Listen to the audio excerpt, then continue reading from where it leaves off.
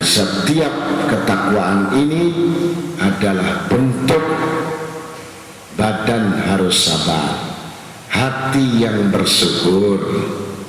Nah, kalau hati yang bersyukur, badan yang sabar, akal yang bertafakur, jalan yang menuju jalan Allah, pandangan yang mengandung iktibar. Setiap mata memandang dia mengandung iktibar, bukan pandangan mata-mata keranjang atau mata duitan atau mata proyek, bukan, tapi mata yang mengandung iktibar. Kalau mata ini tidak digunakan sebagai mata iktibar, pasti orang yang ngantuan. Itu karena apa? Matanya sudah dihuni oleh setan dan iblis sehingga dia tidak memandang, tidak bermakna. Jadi mata yang tertidur itu mata yang tidak bermakna.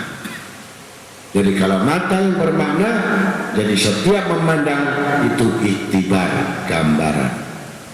Nah, mudah-mudahan ya kita termasuk golongan mata yang mengandung iktibar. Jadi mata itu menyimpan 100 juta rahasia. Jadi setiap mandang saja mata itu memiliki 70 busur panah iblis. Ya. Kalau mata ini memandang satu keinginan, 70 keinginan.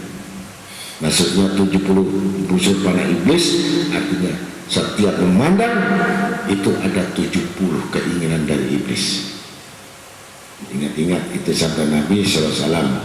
Jadi kita tertarik dengan ini, tertarik ini, tertarik ini, itu karena 70 busur panah iblis. Jadi kalau kita memandang dengan iktibar, berarti mengalahkan pandangan-pandangan itu dengan mendapatkan maknawiyah, pengertian yang tinggi dari Tuhannya. Mudah-mudahan kalau kita memandang ada maknanya, jangan kita memandang yang tidak bermakna. Inilah wasiat untuk takwa kepada Allah. Nah, bagaimana benar dalam ucapannya as-siddiq, kebenaran itu hakikatnya lidah itu karena hati berzikir. Jadi kalau kita selalu ingin benar kepada Allah, kita harus banyak berzikir. Ya, misalkan la ilaha illallah, Allah, Allah, Allah, Allah, Allah. Ya, setiap nafas 1 jam itu 1000 kali. Jadi kalau 24 jam berarti kita zikir 24.000 kali. Kalau kita tidur 8 jam berarti lenyap 8.000 zikir. Kalau kita tidur 12 jam lenyap zikir 12 jam. Kalau kita ngobrol 3 jam lenyap zikir 3 jam. Jadi zikir ini harus diisi tiap nafas 1 zikir. Menurut Al-Imam Dimnun Al-Misri radhiyallahu anhu. Akhirnya benar pembicaraannya. Ada nggak orang bicara nggak benar? Kalau zikir ada yang salah? Kalau kita baca la ilaha illallah, la ilaha illallah sampai 24 jam, ada yang nggak benar? Ada yang salah? Nah, yang salah kalau kita banyak bicara, banyak ngomong yang tidak berzikir, ini banyak salah. Ya, untuk supaya benar harus transfer dulu zikirnya, baru ucapannya benar, begitu.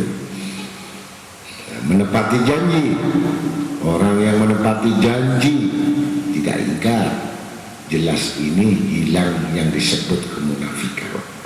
Jadi munafik itu nifak. Nah, itu dari kalimat nafaqah. Nafaqah ini 2 lubang. Nifak. Jadi ngomong sini lain, ngomong sana lain. Nah, ketemu di sini mau ditangkap itu yang namanya tikus lari lubang lainnya cari selamat. Di zaman Nabi SAW sudah ada, ya. Jadi kalau ketemu Nabi SAW, ya Rasulullah, ya Habibullah, kami benar-benar membela agama engkau ini dengan harta kami, dengan ini, dengan itu, dengan ini, ya. Begitu melihat waktu perang Tabuk, lihat tentaranya Nabi digripisi sama orang kafir, tinggal sedikit, amblas nanti tentaranya Nabi ini. Langsung dia lari dengan berpakaian ala kafir, masuk ke kafir. Siapa kamu? Kami rombongan engkau. Dulu kamu pengikut Nabi Muhammad SAW, sekarang aku mengikuti engkau. Dan rahasianya Nabi itu begini, takut dibunuh dia sama orang kafir ini. Kalau begitu kan kita pasang spion. Wah, ini Masya Allah, di zaman Nabi sudah ada orang yang pelin-pelan, itu sudah ada, ya kan? Kalau sekarang bukan pelin-pelan, pingpong, cemes sana cemes sini kan, pingpong. Tapi zaman Nabi sudah ada, itu orang munafik. Nah, begitu pula pasti kalau bicara dusta, nah, kalau janji ingkar, apalagi kalau diberi amanat khianat. Ini sudah jelas mutlak munafik asli, munafik asli. Untuk menghilangkan penyakit ini Nabi memberikan obatnya. 40 hari 40 malam sholat berjamaah. Coba. Jadi kalau kita punya penyakit bujuan ini, ya, ingkar, khianat, 40 hari sholat berjamaah. Jangan tinggalkan sholat jamaah. Kalau orang hari ziarah kubur 40 hari 40 malam tidak boleh pulang ke rumah, ziarah kubur terus. Nah, pasti hilang penyakit nifak. Nah, jadi yang suka kuburan nanti nggak suruh 40 hari 40 malam nggak boleh pulang ke kuburan terus. Yang baca Quran 40 hari 40 malam tidak boleh putus untuk khatam Quran, hilang penyakit nifak, ya. Jadi itu sampai demikian Nabi SAW, agar kau tidak kena terjangkit penyakit nifak ini, maka laksanakanlah 40 hari di dalam sholat berjamaah, ya. Atau dia menghafalkan 40 hadis, yaitu hadis arba'in. Nah, jadi kalau di pondok pesantren, ya, di pondok pesantren itu harus wajib yang namanya murid awal itu, sanawiyah itu harus hafal hadis arba'in untuk menghilangkan sifat munafik. Nah, ini sudah paham sudah? Nah, ini yang artinya menghilangkan keingkaran. Jadi selalu tepat janjinya sama Allah dan Rasulnya. Dalam bentuk apa selalu tepat, ya. Karena menunaikan amanatnya pasti, meninggalkan khianat pasti, itu penyakit munafik. Nah, ini memberi salam ini agak berat, ya. Jadi memberi salam, ada orangnya atau tidak ada orangnya, masuk pintu rumah harus mengucapkan salam, ya. Kalau ketahuan itu rumah kosong, kita lihat tidak ada orang, yang pertama kita baca Assalamualaikum warahmatullahi wabarakatuh, dilihat tidak ada orang, jangan pulang dulu, tambahi As-salatu wassalam alaika ayyuhan nabiyyu warahmatullahi wabarakatuh. Jadi salamnya kepada malaikat. Nah, jadi yang menjaga rumah itu ada namanya malaikat. agar pulang kita dapat salam dari malaikat. Paham ya? Salam kepada masjid, musola. Kita lewat itu jangan wapi musola itu, enggak begitu. Jadi kamu lewat di jalan jangan motor, lerek. Assalatu wassalamu alaika ayyuhan nabi wa rahmatullahi wa barakatuh. Lewat masjid. Itu malaikat yang di masjid itu menjawab kamu. Dan kelak itu akan didengar saat kita dibangkitkan dari kiamat. Nah ini, jangan meremehkan itu. Ya, jadi kita ketemu musola atau masjid. Nah, begitu kita melihat kuburan orang kafir. Nah ini yang bagaimana ini? Kalau melihat kuburan orang kafir, maka berlindunglah kamu minimal baca surat Al-Kafirun. Bismillahirrahmanirrahim. Qul ya ayyuhal kafirun la a'budu ma ta'budun lakum dinukum waliyatin. Bos, kalau melihat kuburan orang-orang kafir, paham ya? Jangan delok gede gede ya, jangan. Gitu. Jadi kalau kuburan orang-orang kafir itu harus baca surat Al-Kafirun. Atau tidak berlindung kepada Allah. Ya, baca apa? A'udzu bi kalimatillahi tammati min syarri ma khalaq. Itu pendek. A'udzu bi kalimatillahi tammati min syarri ma khalaq. Aku berlindung dari kalimat Allah dari kejelekan, keburukan apa yang dijadikannya. Itu artinya.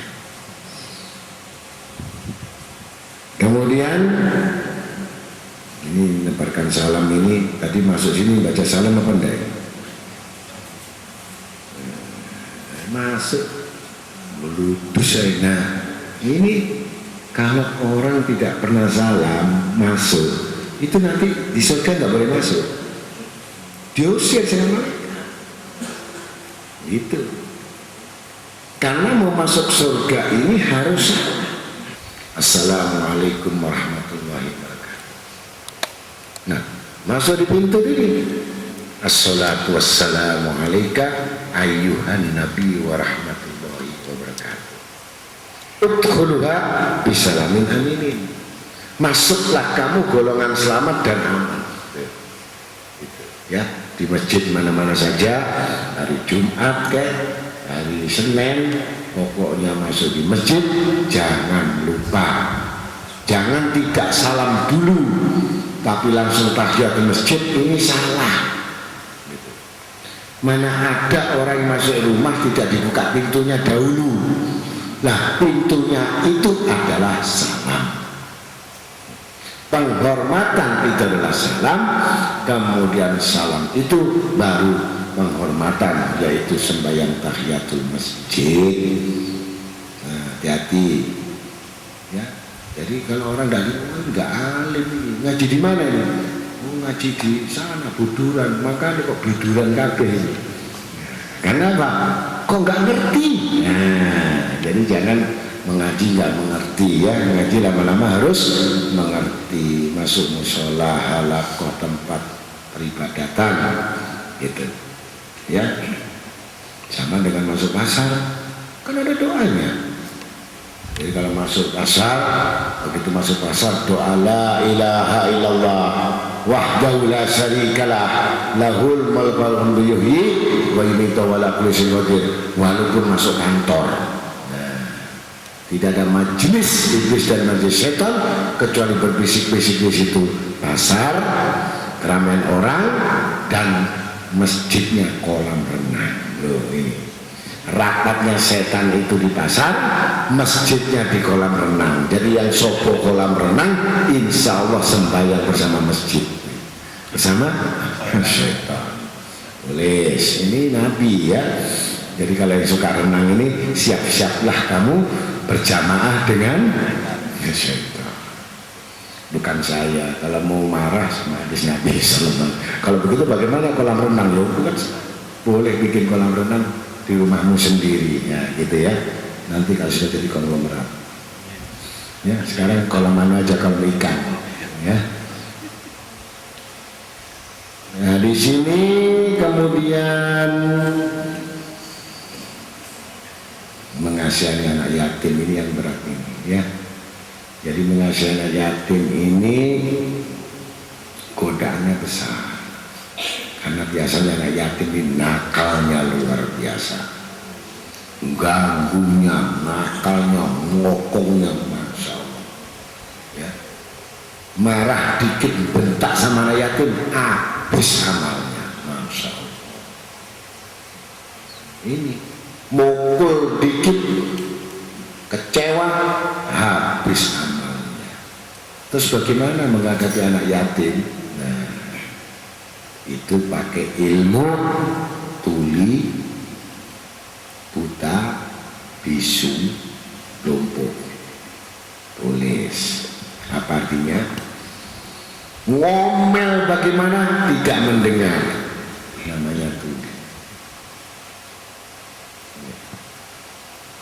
Marah bagaimanapun tidak bicara kecuali berdoa. Mata melihat buta. Nah, ini angin, ya. Kemudian yang keempat, lumpuh, artinya tidak bergerak, tidak memiliki pendapat apa-apa, musik pasrah.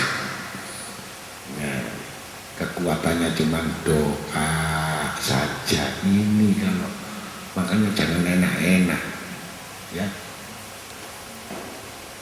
Titip anak yatim tapi jeblosnya neraka, paham enggak? Ya kan?